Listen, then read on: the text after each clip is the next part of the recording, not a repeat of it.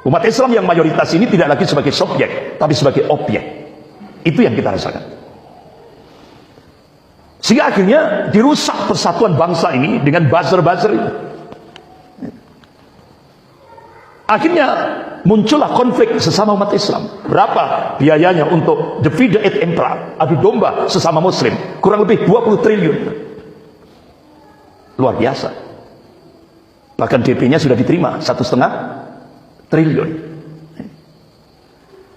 Kemudian yang kelima, terpuruknya daya beli bersama dengan nilai rupiah akibat pengangguran dan PHK.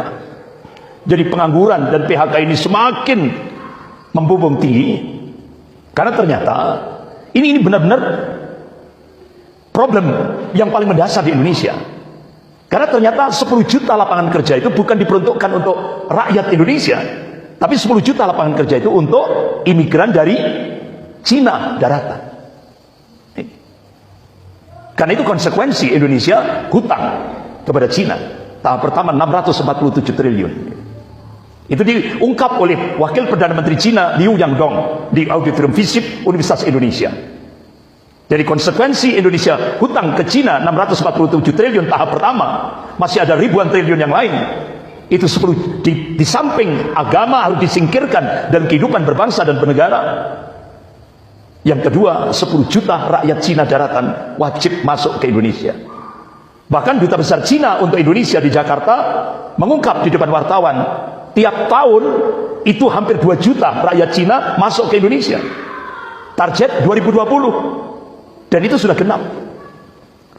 Oleh karena itu kenapa pemerintah menyediakan 19 bandara udara dan laut untuk menyambut rakyat Cina daratan. Dan ini sudah diungkap oleh Kepala BIN. Terakhir beliau menjabat sebagai Gubernur DKI, yaitu Pak Sutioso.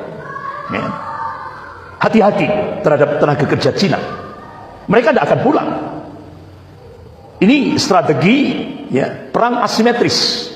Kalau bahasa akademik, perang nir militer, non militer. Perang nir militer, tanpa militer. Tapi kehancurannya lebih dahsyat.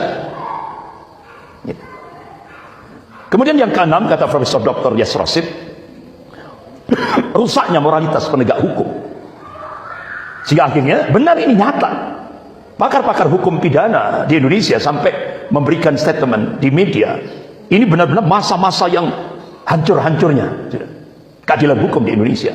Indonesia tidak lagi menjadi negara Rekstag, negara hukum, tapi sudah negara Maksat, negara kekuasaan. Artinya hukum sudah milik penguasa.